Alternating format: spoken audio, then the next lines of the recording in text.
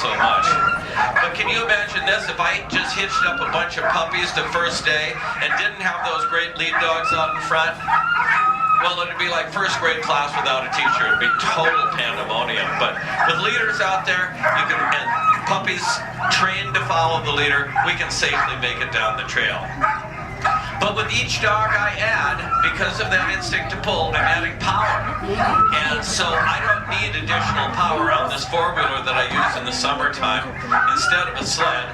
So I've done a few modifications. Number one, I've removed the engine. You can see there's no engine in there at all to help me go forward. It's strictly dog power.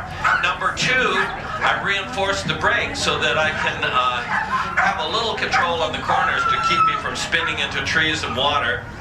But either summer or winter, if I'm not tied off to an anchor in the ground, these dogs would have me skidding out of here already. So I'm going to go around the lake, but I have a radio, so I'll call you from the other side. All right, well, it's tragic. These dogs aren't excited about this, isn't it? Wow, look at that, though. Firing on all 10 cylinders. And gone already. And all his descendants get the same great training.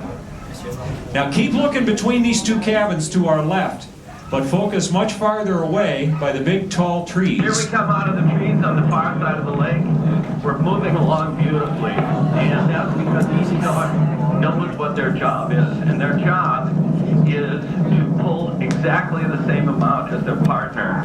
Because if we're going to sustain speeds like I'm going today, about 20 miles an hour, you need that kind of teamwork. And these dogs actually are going, they're veterans of 1,000-mile races, and on those races every day, you're going over 100 miles, and that certainly takes teamwork to accomplish that.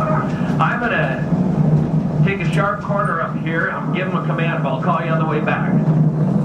Up. Okay, haw command, so they'll go to the left. This is all voice steering, no reins or lines. G for right, haw for left. Hike are all right to get them started, and then to stop them you say whoa, and then you just kind of pray, actually, because they don't like that command very much. You're going to see when they get back, stopping is not what these dogs like to do. Watch that same trailway out there.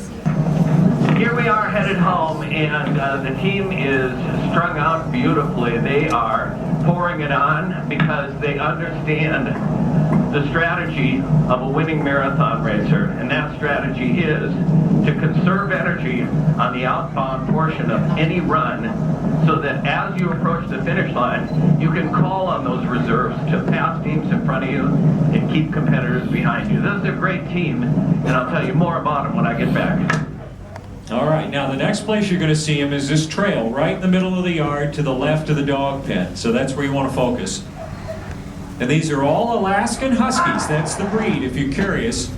Mixed breed. There are no big purebred Siberians or Malamutes here for the same reason nobody puts Clydesdales in the Kentucky Derby. Right? That wouldn't make a whole lot of sense. You need thoroughbreds to go a long way in a hurry.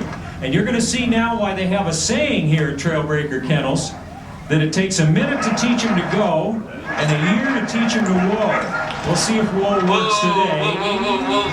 Yeah, right. Another good run, Dave Monson.